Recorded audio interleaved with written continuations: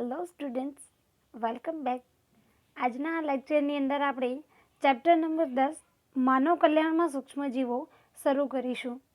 હવે આપણે જે લાસ્ટ ચેપ્ટર જોયું માનવ સ્વાસ્થ્ય અને રોગો, એની અંદર આપણે જોયું કે મનુષ્ય છે એને ઘણા બધા અલગ અલગ પ્રકારના જે સૂક્ષ્મજીવો છે, જેની અંદર આપણે બેક્ટેરિયા, વાયરસ, ફૂગ, પ્રજીવ વગેરેનો સમાવેશ કરીએ છીએ. એ બધા સૂક્ષ્મજીવો છે એ મનુષ્યના સ્વાસ્થ્યને કઈ રીતે અસર કરે છે, એટલે કે તે આપણને કઈ રીતે અલગ અલગ પ્રકારના રોગો કરે છે. અને આ ચેપ્ટરની અંદર આપણે માત્ર આ સૂક્ષ્મ સજીવો છે એ આપણને કઈ રીતે ઉપયોગી છે તેના વિશે અભ્યાસ કરીશું. કારણ કે દરેકે દરેક સૂક્ષ્મજીવ છે એ રોગકારક નથી હોતું. એટલે કે આપણને આપણી આસપાસ હવા, પાણી, જમીન વગેરેમાં જે પણ સૂક્ષ્મજીવો હાજર છે એ બધા જ સૂક્ષ્મજીવો છે એ કોઈ ચોક્કસ રોગ જ કરતા હોય એવું જરૂરી નથી. કારણ કે આમાંથી ઘણા બધા એવા સૂક્ષ્મજીવો છે કે જે આપણા માટે ખૂબ જ ઉપયોગી છે. જેમ કે કેટલાક સૂક્ષ્મજીવો છે એ આપણને આથવણની પ્રક્રિયા દ્વારા જમવાની ઘણી બધી અલગ અલગ વેરાયટી છે એ ઉત્પન્ન કરે છે. એના પછી જે આલ્કોહોલિક પીણા છે એ પણ આ સૂક્ષ્મજીવોની મદદથી બનાવાય છે. એના પછી એન્ટીબાયોટિક્સ એટલે કે જે દવાઓ છે એ પણ સૂક્ષ્મજીવો દ્વારા બને છે ઘણી બધી.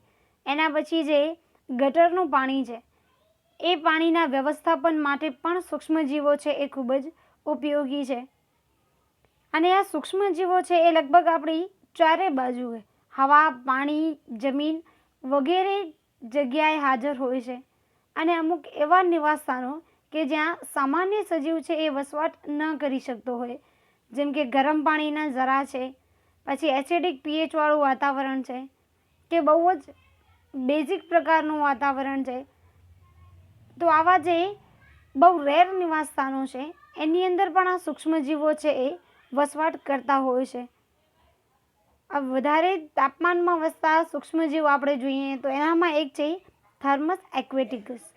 તો આ થર્મસ એક્વેટિકસ છે એનામાંથી આપણે એક વિશેષ પ્રકારનો ઉત્સેચક, જેને આપણે ડીએનએ પોલિમરેઝ કહીએ છીએ, તે મેળવીએ છીએ, જે આપણને બાયોટેકનોલોજીમાં ખૂબ જ ઉપયોગી છે.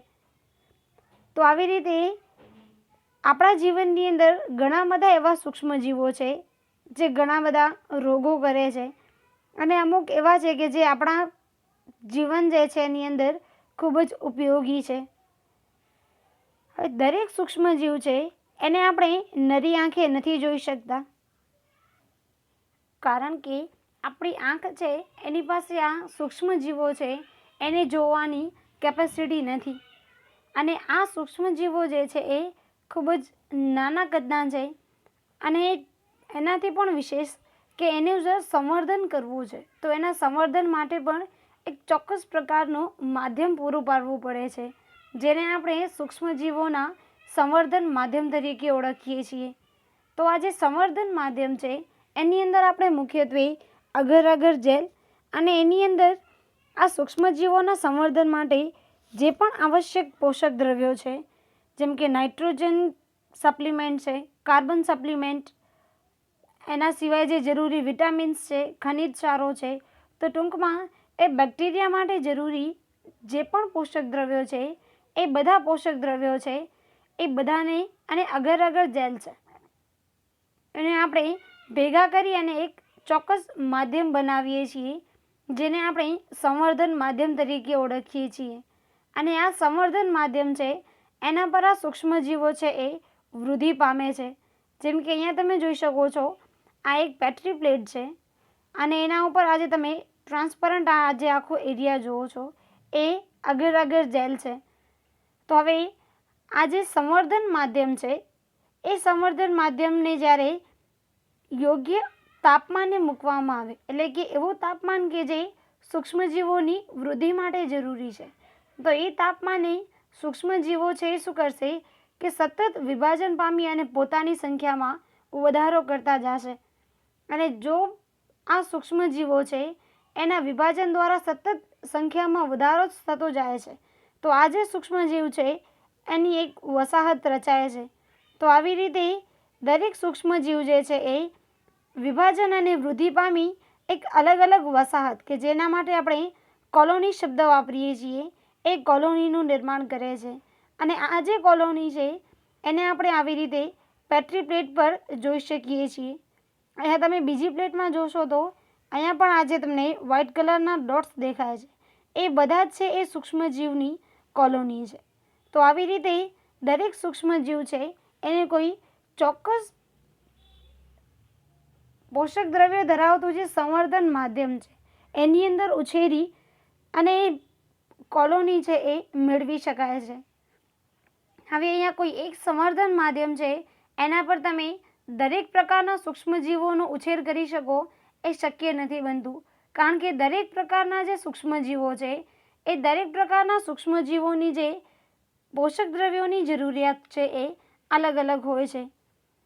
એના સિવાય તમે અહીંયા આ ઉપરની તરફ જે જુઓ છો એ ફૂગની વૃદ્ધિ છે. તો આવી રીતે પેટ્રી પ્લેટમાં પોષક દ્રવ્યોનો ઉપયોગ કરી અને ફૂગની વૃદ્ધિ પણ કરાવી શકાય છે કે જે આપણને આગળના અભ્યાસ માટે ઉપયોગી બને છે. તો હવે આપણે આ માઇક્રોબ્સ છે એટલે કે સૂક્ષ્મજીવો છે એ આપણને કઈ રીતે ઉપયોગી છે તેના વિશે જોઈએ. તો સૌપ્રથમ આપણે જોઈએ છીએ કે આપણા ઘરની અંદર એવી કઈ કઈ વસ્તુઓ છે કે જે બનાવવા માટે આપણે સૂક્ષ્મજીવોનો ઉપયોગ કરીએ છીએ.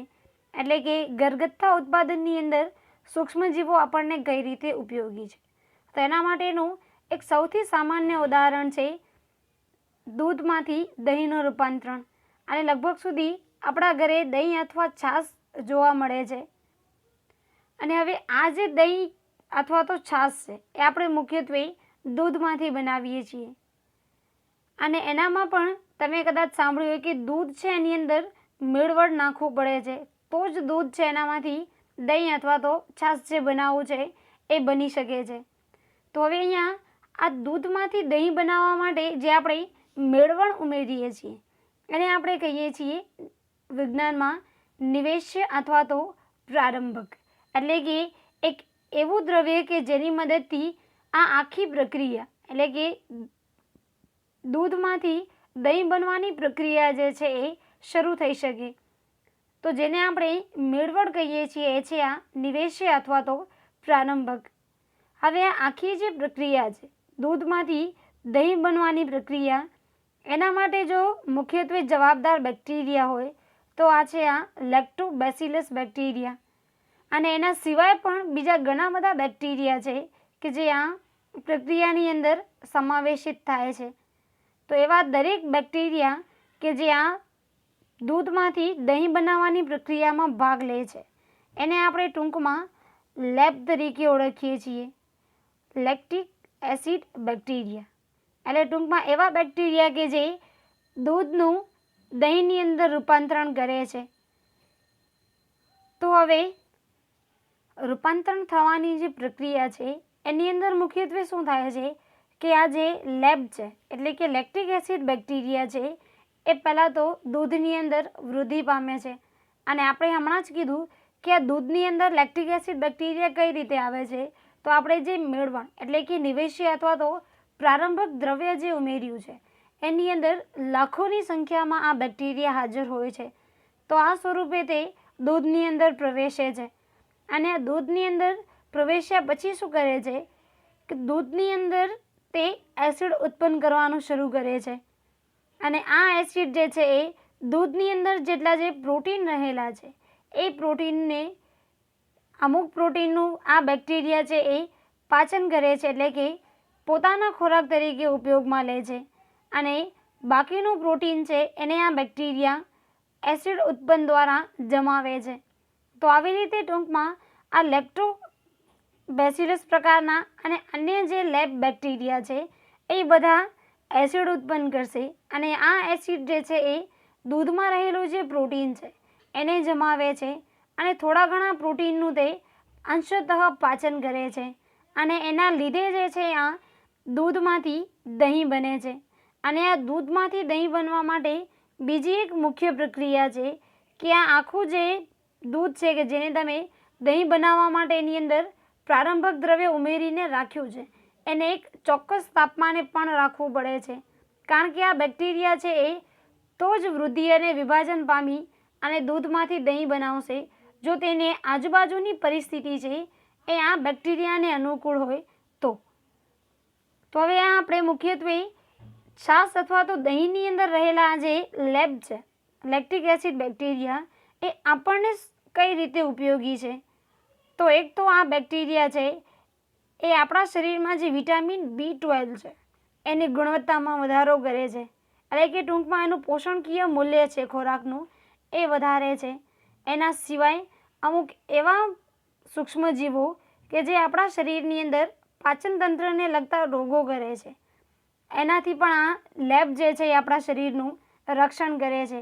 અને અત્યારના સમયમાં આવા જે ઉપયોગી બેક્ટેરિયા છે એ મુખ્યત્વે પ્રોબાયોટિક્સ તરીકે ઉપયોગમાં લેવાય છે, કારણ કે આ પ્રોબાયોટિક્સ છે એનામાં શું છે કે જે પ્રકારના સૂક્ષ્મજીવો હાજર છે એ બધા જ આપણા શરીર માટે ઉપયોગી છે, અથવા તો એ આપણા શરીરમાં કોઈ પણ પ્રકારનો રોગ કરતા નથી.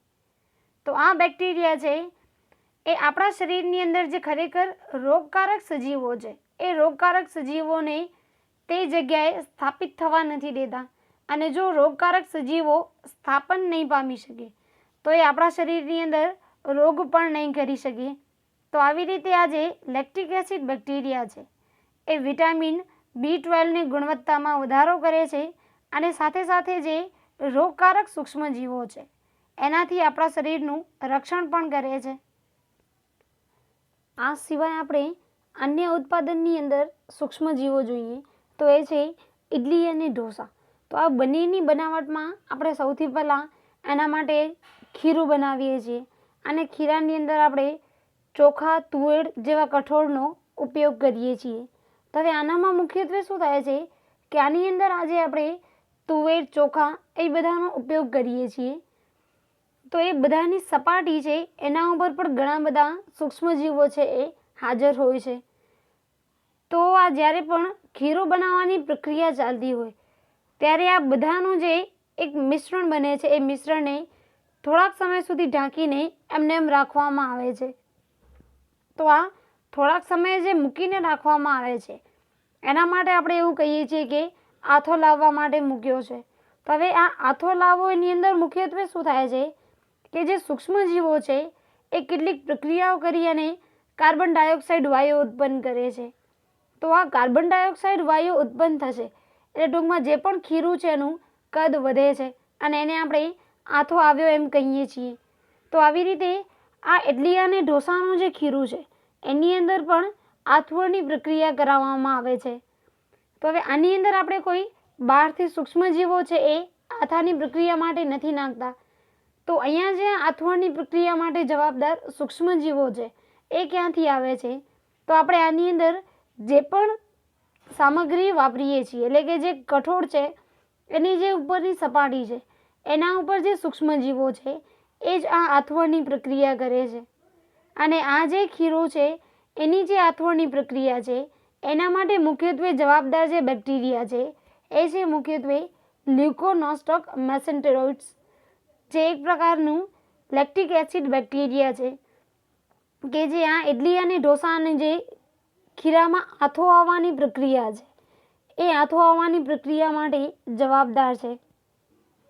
એના સિવાય બીજી એક વસ્તુ છે કે જેને આપણે ખૂબ જ વધારે પ્રમાણમાં વાપરીએ છીએ, જે બેકરીની જે આઇટમ છે, બ્રેડ, કેક, પાઉં વગેરે આ બધાની બનાવટ જે છે એ પણ આથાની પ્રક્રિયા દ્વારા જ કરવામાં આવે છે. એટલે કે ટૂંકમાં આના માટે જે ડો તૈયાર કરવામાં આવે છે એ ડો છે એને થોડાક ટાઈમ સુધી મૂકવામાં આવે છે, જેના પરિણામે એની અંદર આથવણની પ્રક્રિયા થઈ શકે. તો હવે તે માટે જવાબદાર જે સૂક્ષ્મજીવ છે એ છે સેકેરોમાઇસિસ સેરેવેસી. તો આ એક પ્રકારની યીસ્ટ છે જેને આપણે બેકર યીસ્ટ તરીકે પણ જાણીએ છીએ. તો આ બેકર યીસ્ટ છે એનું વૈજ્ઞાનિક નામ છે સેકેરોમાઇસિસ સેરેવેસિયાઈ. તો આ તમારે MCQ માટે ખાસ યાદ રાખવાનું છે. સેકેરોમાઇસિસ સેરેવેસિયાઈ એ આ બેકર યીસ્ટનું વૈજ્ઞાનિક નામ છે. તો ટૂંકમાં બેકરીની અંદર જ્યારે કોઈ પણ બેકિંગ પ્રોડક્ટ બને છે તો એની અંદર આથો લાવવા માટે આપણે મુખ્યત્વે આ યીસ્ટનો ઉપયોગ કરીએ છીએ. અને આ યીસ્ટ જે છે એ પેકેટની અંદર ડ્રાય ફોર્મમાં અવેલેબલ હોય છે. અને આને જ્યારે આપણે પાણીની અંદર નાખીએ છીએ તો એ ફરી પાછી એક્ટિવ થઈ જાય છે. અને ત્યારબાદ તેને આ ડોની અંદર ઉમેરવામાં આવે છે, જેનામાં તે આથવણની પ્રક્રિયા કરે છે. એના સિવાય દક્ષિણ ભારતની અંદર જે એક પ્રસિદ્ધ બેવરેજ છે એ છે આ ટોડી. તો આ ટોડી છે મુખ્યત્વે જે પામના વૃક્ષો છે.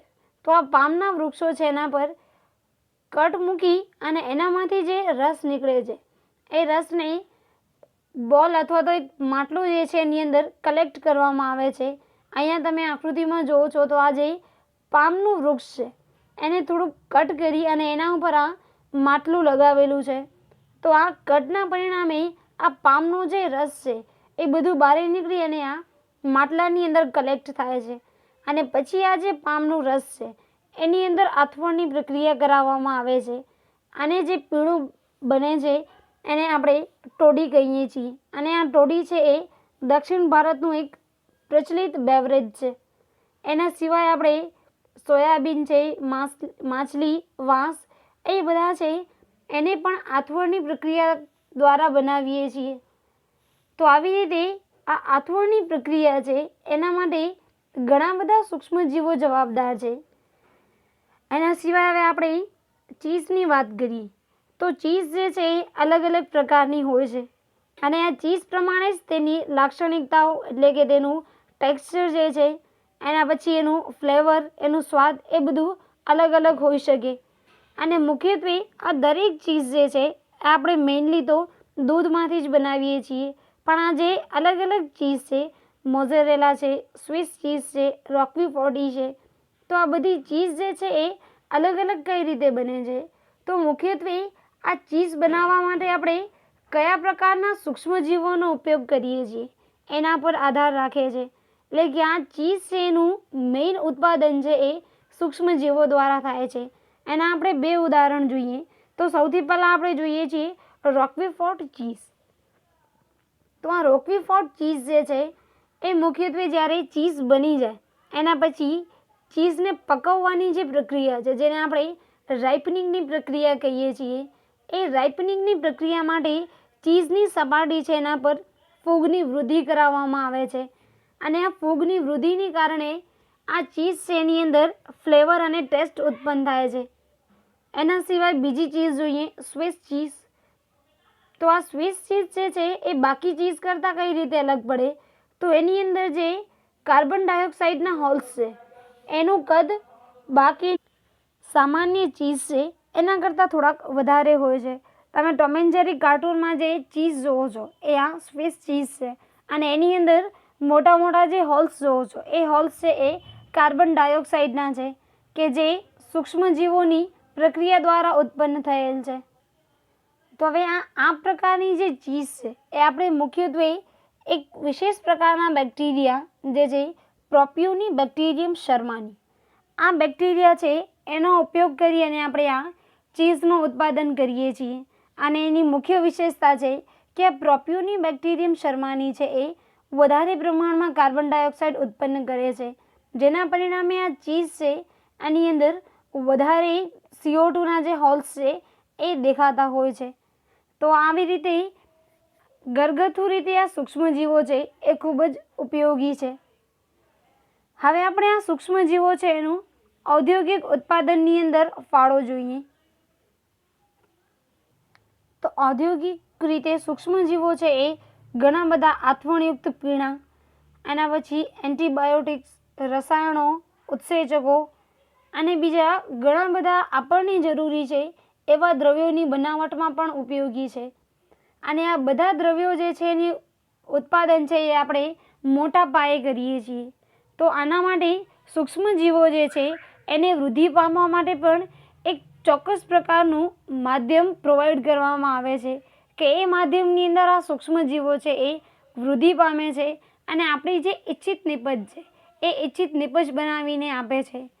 તો એવા પ્રકારના વાસણ અથવા તો એવા પ્રકારનું એક વેસલ કે જેની અંદર આ સૂક્ષ્મજીવો છે એ વૃદ્ધિ પામી અને આપણને આપણે ઇચ્છિત નિપજ આપી શકીએ એને આપણે ફર્મેન્ટર્સ અથવા તો આથવણકારક તરીકે ઓળખીએ છીએ.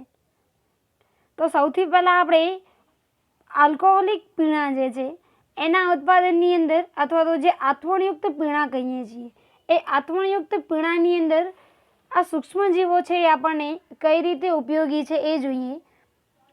તો મુખ્યત્વે આ જે પીણાં છે જેમ કે વાઇન, વિસ્કી, બિયર, બ્રાન્ડી, તો આ બધા એવા પીણાઓ છે કે જેને આપણે સૂક્ષ્મજીવોની મદદથી મેળવીએ છીએ. અને આ બધાની અંદર સૌથી વધારે ઉપયોગી સજીવ છે એ છે સેક્યુરોમાઇસિસ સેરેવેસિયાઈ, કે જે આપણે એને બેકર્સ યીસ્ટ પણ કહીએ છીએ. અને આ ઘણા બધા પીણાની બનાવટમાં પણ ઉપયોગી છે, એટલે આપણે આને બ્રુવર્સ યીસ્ટ તરીકે પણ ઓળખીએ છીએ. તો આ યીસ્ટ જે છે એ મુખ્યત્વે આપણે એને જે પણ દ્રવ્યો છે એ પ્રોવાઈડ કરીએ છીએ. એ દ્રવ્યો છે એ ઘઉં, જવાર, બાકી અલગ અલગ પ્રકારના સિરિયલ, કેટલાક ફ્રૂટ્સ, એ બધા એને આપીએ છીએ. અને એનામાંથી આ યીસ્ટ છે એ આથવણની એટલે કે ફર્મેન્ટેશનની પ્રક્રિયા કરી અને એનામાંથી ઇચ્છિત નિપજ મેળવે છે. તો આના માટે મુખ્યત્વે આપણે યીસ્ટની અંદર ચાલતું જે ચયાપચયિક પથ છે એ જોઈએ. તો યીસ્ટને જ્યારે પણ ગ્લુકોઝ મળે છે તો આ ગ્લુકોઝ છે એનામાંથી તે ગ્લાયકોલિસિસની પ્રક્રિયા દ્વારા 2 પાયરુવેટના અણુનું નિર્માણ કરે છે. અને હવે આ જો યીસ્ટ છે એને આપણે અજારક પરિસ્થિતિ આપીએ છીએ. તો આ અજારક પરિસ્થિતિ દરમિયાન યીસ્ટ છે એ સૌથી પહેલાં આ જે 2 પાયરુવેટ છે એનામાંથી એસિટાલ્ડિહાઇડની અંદર નિર્માણ કરશે. અને ત્યારબાદ અજારક પરિસ્થિતિની અંદર આ જે એસિટાલ્ડિહાઇડ છે એનું રૂપાંતરણ થશે આ એથેનોલની અંદર. તો ટૂંકમાં જ્યારે પણ આપણે યીસ્ટને અજારક પરિસ્થિતિની અંદર મૂકીએ છીએ અથવા તો એને વૃદ્ધિ માટે નહીં પણ ચોક્કસ ઇચ્છિત નિપજ મેળવવા માટે અજારક પરિસ્થિતિ આપીએ તો ત્યારે યીસ્ટ જે છે એને આપણે કયા પ્રકારના દ્રવ્યો આપ્યા છે એ પ્રમાણે તેનો ઉપયોગ કરી અને એનામાંથી એથેનોલ બનાવે છે. જેમ કે આપણે યીસ્ટ જે છે એને જવ, મકાઈ અને ઘઉં એ બધા કાચા માલ તરીકે આપીએ છીએ. તો એ મુખ્યત્વે વિસ્કી જેવા પીણાનું ઉત્પાદન કરે છે. અને આ પીણાઓ જે છે એની અંદર આ પરિપથના લીધે મુખ્યત્વે એથેનોલ છે એ ઉમેરાતું હોય છે. તો આવી રીતે યીસ્ટ જે છે એ આ આથવણની પ્રક્રિયા કરે છે, જેના પરિણામે આપણને આ આથવણયુક્ત પીણા જે છે એ મળે છે. તો આ યીસ્ટ જે છે એ આ દરેક પ્રકારના પીણા બિયર, વાઇન, વિસ્કી, બ્રાન્ડી, રમ આ બધાની બનાવટમાં ઉપયોગી છે. પરંતુ જો આપણે યીસ્ટને કાચા માલ તરીકે મુખ્યત્વે દ્રાક્ષને આપીએ છીએ તો એ વાઇન બનાવે છે. જો આપણે એને ઘઉં, જવાર એ બધા આપીએ છીએ કાચા માલ તરીકે તો એ વિસ્કી બનાવે છે. આમ આ બ્રુવર્સ યીસ્ટ એટલે કે જે સેક્યુરોમાઇસિસ સેરેવેસિયાઈ છે એને આપણે કયા પ્રકારનો કાચો માલ આપીએ છીએ એ પ્રમાણે તે ચોક્કસ નિપજ આપે છે. અને આ પ્રકારના જે આપણને પીણાઓ મળે છે એ પીણાઓ પણ પાછા 2 પ્રકારના હોય છે. એક છે નિસ્યંદિત અને બીજા છે અનિસ્યંદિત, એટલે કે ડિસ્ટિલેશન એન્ડ નોન ડિસ્ટિલેશન પ્રક્રિયા દ્વારા આપણે આ અલગ અલગ પ્રકારના જે આથવણયુક્ત પીણા છે એ મેળવી શકીએ છીએ. હવે આનામાં મુખ્યત્વે વિસ્કી, બ્રાન્ડી, રમ એ બધા છે એ આપણે એને નિસ્યંદન પ્રક્રિયા દ્વારા મેળવીએ છીએ, જ્યારે બાકીના છે એને આપણે નિસ્યંદન સિવાય ડાયરેક્ટલી મેળવતા હોઈએ છીએ. તો આવી રીતે આ સૂક્ષ્મજીવો જે છે એ આથવણયુક્ત પીણાની બનાવટની અંદર ખૂબ જ ઉપયોગી છે. એના પછી આપણે એનું અહીંયા તમને જે આ પિક છે એ છે ચોક્કસ પ્રકારના જે આપણે વાત કરી આથવણકારકો ફર્મેન્ટર્સ. તો આ પ્રમાણે ફર્મેન્ટર્સ જે છે એ જે આથવણકારક બનાવતી કંપની છે એની અંદર ગોઠવેલા હોય છે. અને આ જે વેસલ્સ છે ફર્મેન્ટર એની અંદર આ આથવણની પ્રક્રિયા છે એ મુખ્યત્વે થતી હોય છે. હવે સૂક્ષ્મજીવોનું ઔદ્યોગિક ક્ષેત્રે બીજું આપણે કાર્ય જોઈએ તો એ છે પ્રતિજૈવિક દ્રવ્યોની બનાવટમાં. હવે પ્રતિજૈવિક દ્રવ્યો એટલે કે એન્ટીબાયોટિક્સ. અત્યારના સમયની અંદર લગભગ દરેક રોગ છે એના માટે આપણે ચોક્કસ પ્રકારની એન્ટીબાયોટિક્સ નો ઉપયોગ કરતા હોઈએ છીએ. તો સૌથી પહેલાં આપણે આ એન્ટીબાયોટિકની અંદર સૂક્ષ્મજીવો જોઈએ. એનાથી પહેલાં આપણે આ પ્રતિજૈવિક દ્રવ્યો છે એની શોધ કઈ રીતે થઈ એ જોઈએ. તો સૌથી પહેલાં આ એન્ટીબાયોટિક જે છે એ એવા પ્રકારના રસાયણો છે જે ચોક્કસ પ્રકારના સૂક્ષ્મજીવો દ્વારા ઉત્પન્ન થાય છે અને અન્ય સૂક્ષ્મજીવો છે એનો નાશ કરે છે. તો આ જે રસાયણો છે કે જે એક સૂક્ષ્મજીવ ઉત્પન્ન કરે છે અને તે બીજા સૂક્ષ્મજીવનો નાશ કરે છે એને આપણે મુખ્યત્વે એન્ટીબાયોટિક્સ તરીકે ઓળખીએ છીએ. અહીંયા એન્ટી મતલબ કે વિરુદ્ધ અને બાયો મતલબ કે જીવ. તો જે જીવની વિરુદ્ધ કાર્ય કરતા રસાયણો છે એને આપણે કહીશું પ્રતિજૈવિક દ્રવ્યો. હવે આ દ્રવ્યોની શોધ પાછળનો આપણે ઇતિહાસ જોઈએ તો પ્રતિજૈવિક દ્રવ્ય એન્ટીબાયોટિક શબ્દ જે છે અથવા એની શોધ છે એ એલેક્ઝાન્ડર ફ્લેમિંગ નામના વૈજ્ઞાનિકે કરેલી છે. આ એલેક્ઝાન્ડર ફ્લેમિંગ જે છે એ શરૂઆતમાં જે સ્ટેફાઇલોકોકાઈ બેક્ટેરિયા છે એના પર કાર્ય કરતા હતા. તો આ સ્ટેફાઇલોકોકાઈ જે છે એમની એણે સંવર્ધન પ્લેટ જે છે એના પર વૃદ્ધિ કરાવી, એટલે કે એમની જે સંવર્ધન પેટ્રી પ્લેટ હતી એના પર સ્ટેફાઇલોકોકાઈ જે છે એ વધારે પ્રમાણમાં વૃદ્ધિ પામેલા હતા. હવે આ પેટ્રી પ્લેટ જે છે એ થોડાક સમય સુધી એમને એમ ધોયા વગરની પડી રહી. તો થોડાક દિવસ પછી એનામાં છે એ ચોક્કસ પ્રકારની ફૂગ છે એની વૃદ્ધિ જોવા મળી અને આ ફૂગ છે એની આજુબાજુનો જે વિસ્તાર હતો ત્યાં કોઈ પણ પ્રકારના જે સ્ટેફાઇલોકોકાઈ છે એ બેક્ટેરિયા વૃદ્ધિ નહોતા પામી શકતા અને જે બેક્ટેરિયા વૃદ્ધિ પહેલાંથી પામી ગયા હતા એ બેક્ટેરિયાનો નાશ થયું હતું. જેમ કે અહીંયા તમે જોવો છો તો આ જે તમને બ્લેક કલરનું વચ્ચે રાઉન્ડ દેખાય છે, તો આ બ્લેક કલરનું જે રાઉન્ડ દેખાય છે એ છે મુખ્યત્વે આ વૃદ્ધિ પામતી ફૂગ. અને અહીંયા આંખોમાં જે તમે આ ક્રીમિશ કલરનો આ જે ભાગ જોવો છો એ બધું છે આ સ્ટેફાઇલોકોકાઈ બેક્ટેરિયાનું. પણ આ જે ફૂગની વૃદ્ધિ થઈ છે એની આસપાસના વિસ્તારની અંદર, એટલે કે આ જે એરિયા છે એની અંદર તમે કોઈ પણ પ્રકારના જે સૂક્ષ્મજીવો એટલે કે આ જે સ્ટેફાઇલોકોકાઈ છે એ નથી જોઈ શકતા. તો આના પરથી ફ્લેમિંગ વૈજ્ઞાનિક જે છે એમણે એવું તારણ કાઢ્યું કે આ જે ચોક્કસ પ્રકારની ફૂગ એટલે કે મોલ્ડ છે એ રસાયણ ઉત્પન્ન કરે છે અને આ રસાયણ છે એની અસરના લીધે આ સ્ટેફાઇલોકોકાઈ જે છે એ વૃદ્ધિ નથી પામી શકતા. અને આ જે ફૂગ હતી એ છે પેનિસિલિયમ નોટેટમ. તો હવે મુખ્યત્વે આ પેનિસિલિયમ નોટેટમ છે માઇક્રોસ્કોપમાં એના કવક તંતુઓ અથવા તો આ જે કવકજાળ છે આ પ્રમાણે દેખાય છે અને આ પેટ્રી પ્લેટની અંદર વૃદ્ધિ પામી અને આ પ્રકારની રચના બનાવે છે. તો ટૂંકમાં જ્યાં પેનિસિલિયમ નોટેટમ છે એની વૃદ્ધિ થઈ હતી તો એની આસપાસ જે છે એ આ સ્ટેફાઇલોકોકાઈ બેક્ટેરિયા છે એ વૃદ્ધિ નહોતા પામી શકતા અથવા તો જે વૃદ્ધિ પામ્યા હતા તો પણ તેમનો નાશ થયું. તો એના પરથી ફ્લેમિંગે એવું તારણ કાઢ્યું કે આ મુખ્યત્વે જે પેનિસિલિયમ નોટેટમ છે એ પેનિસિલિયમ નોટેટમ એ ચોક્કસ પ્રકારના રસાયણો ઉત્પન્ન કરે છે અને આ રસાયણ છે એના લીધે સ્ટેફાઇલોકોકાઈ જે છે એનું નાશ થાય છે અને તે વૃદ્ધિ પણ નથી પામી શકતા અને તેમણે આ દ્રવ્યને નામ આપ્યું એન્ટીબાયોટિક. તો આવી રીતે એન્ટીબાયોટિકની સૌપ્રથમ શોધ જે છે એ એલેક્ઝાન્ડર ફ્લેમિંગ દ્વારા કરવામાં આવી હતી. ત્યારબાદ બીજા બે વૈજ્ઞાનિકો છે એમણે આ એન્ટીબાયોટિક જે છે એના વિશે ડિટેલ અભ્યાસ કરી અને તે માનવ જીવનને કઈ રીતે ઉપયોગી બની શકે તે માટે સંશોધનો કર્યા અને તે વૈજ્ઞાનિક છે અર્નેસ્ટ ચેઇન અને બીજા છે હાર્વર્ડ ફ્લોરી.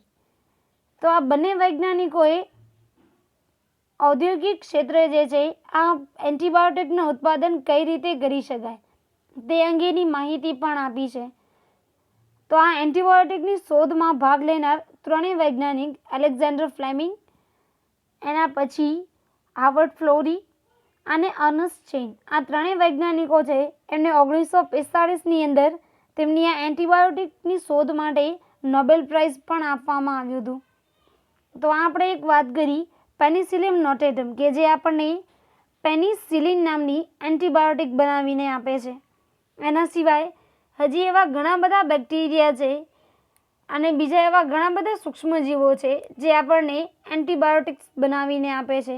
જેમ કે આપણે જોઈએ એક્ટિનોમાઇસિટ્સ જે છે, જેમ કે લાઇનેકોસેમાઇડ્સ, ક્લોરમફેનિકોલ, લાઇપોગ્લાયકોપેપ્ટાઇડ, કાર્બોપેપ્નેન્સ, આ બધી એવી એન્ટીબાયોટિક છે જે આપણે એક્ટિનોમાઇસિટીસ પ્રકારના સૂક્ષ્મજીવોનો ઉપયોગ કરીને મેળવીએ છીએ. એના પછી બેક્ટેરિયામાંથી જોઈએ તો એક છે મ્યુપિરોસિન, એના પછી છે મોનોબેક્ટેમાસ, પોલીપેપ્ટાઇડ્સ, પોલીમિક્ઝિન્સ. ફૂગમાંથી મળતી એન્ટીબાયોટિક જોઈએ તો પેનિસિલિન છે, સિફેલોસ્પોરિન, પ્લુરોમ્યુટિલિન્સ, ફ્યુસિડિક એસિડ. તો આ બધી જે અલગ અલગ પ્રકારની એન્ટીબાયોટિક્સ છે એ મનુષ્યની અંદર જોવા મળતા જે વિવિધ પ્રકારના રોગો છે એ રોગોના નિયંત્રણ એટલે કે તેના ઇલાજ માટે મુખ્યત્વે ખૂબ જ ઉપયોગી છે કે જે આપણે સૂક્ષ્મ જીવોમાંથી મેળવીએ છીએ.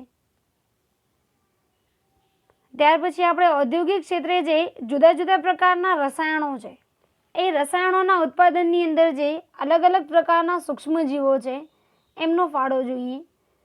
તો આ જે મુખ્યત્વે સૂક્ષ્મજીવો છે એ આપણને અલગ અલગ પ્રકારના કાર્બનિક એસિડ, આલ્કોહોલ, ઉત્સેચકો વગેરેના નિર્માણમાં સહાય કરે છે.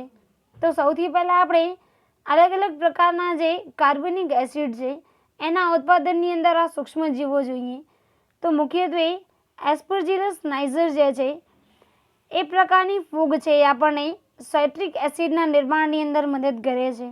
એટલે કે આપણે આ ફૂગનો ઉપયોગ કરી અને સાઇટ્રિક એસિડનું ઉત્પાદન કરી શકીએ છીએ. ત્યારબાદ છે એસિટોબેક્ટર બેક્ટેરિયા, જેની મદદથી આપણે એસિડિક એસિડનું ઉત્પાદન કરી શકીએ છીએ. એના પછી છે ક્લોસ્ટ્રીડિયમ બ્યુટાઇલિકમ કે જે બેક્ટેરિયાનો ઉપયોગ કરી અને આપણે બ્યુટેરિક એસિડનું ઉત્પાદન કરી શકીએ છીએ. ત્યારબાદ છે લેક્ટોબેસિલસ બેક્ટેરિયા કે જે આપણને લેક્ટિક એસિડના ઉત્પાદનમાં સહાય કરે છે. તો આવી રીતે એવા ઘણા અલગ અલગ પ્રકારના સૂક્ષ્મજીવો છે જે આપણને વિવિધ પ્રકારના કાર્બનિક એસિડ છે, ઓર્ગેનિક એસિડ એની બનાવટની અંદર ખૂબ જ પ્રમાણમાં ઉપયોગી છે.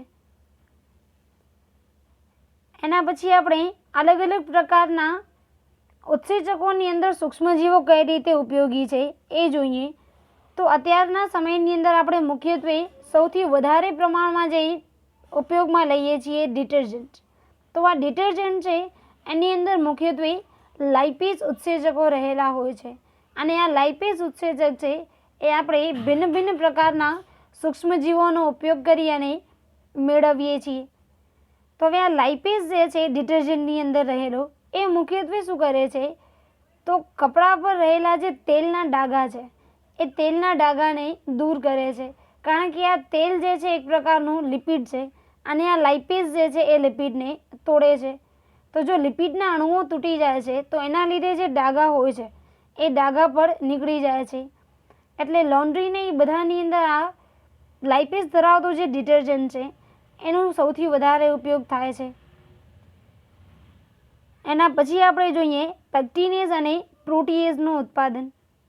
તો આ પેક્ટિનેઝ અને પ્રોટીએઝ છે મુખ્યત્વે પેક્ટિન અને પ્રોટીન આ બંનેના પાચન સાથે સંકળાયેલા છે.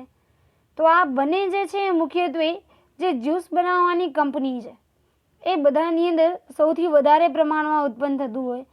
કારણ કે આપણે ઘરે કોઈ પણ ફ્રૂટ છે એનો જ્યુસ બનાવીએ અને એ જ ફ્રૂટનો જ્યુસ છે આપણે માર્કેટની અંદર લઈએ તો બંનેની કન્સિસ્ટન્સી છે એટલે કે થિકનેસ જે છે એની અંદર બહુ જ મોટો ફરક જોવા મળે છે. એનું આપણે એક સૌથી સાદું ઉદાહરણ જોઈએ તો એ છે આમરસ. તો આ આમરસ જે છે એ ઘરે બનાવો તો એ છે એકદમ થીક જાડું બને છે અને એ જ જગ્યાએ જો તમે બજારમાંથી આંબાનો જ્યુસ ધરાવતી બોટલ કોઈ પણ લો તો એની અંદર છે એની થિકનેસ ઓછી હોય છે એટલે કે એની કન્સિસ્ટન્સી છે એકદમ પ્રવાહી સ્વરૂપમાં હોય છે.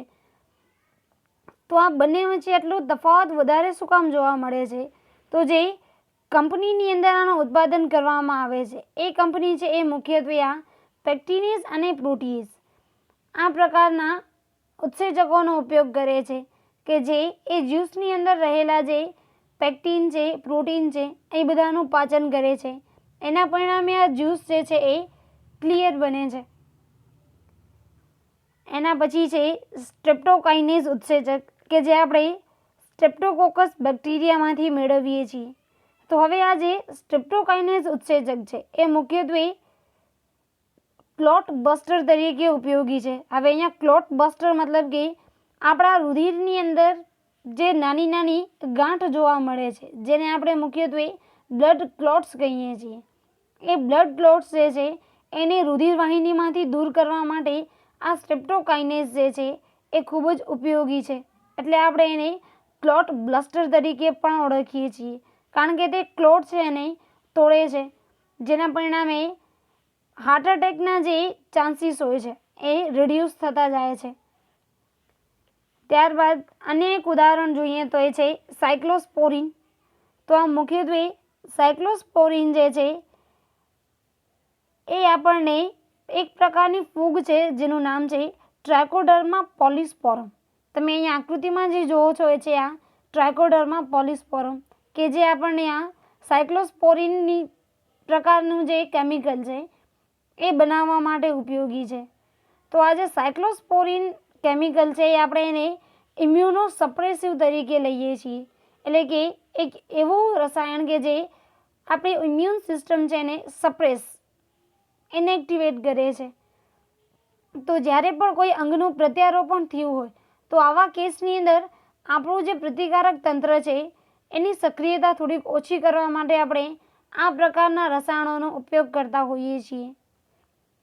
એના પછી છે સ્ટેટિન્સનું ઉત્પાદન કે જે આપણે મોનોસ્કસ પર્પ્યુરિયસ યીસ્ટમાંથી કરીએ છીએ.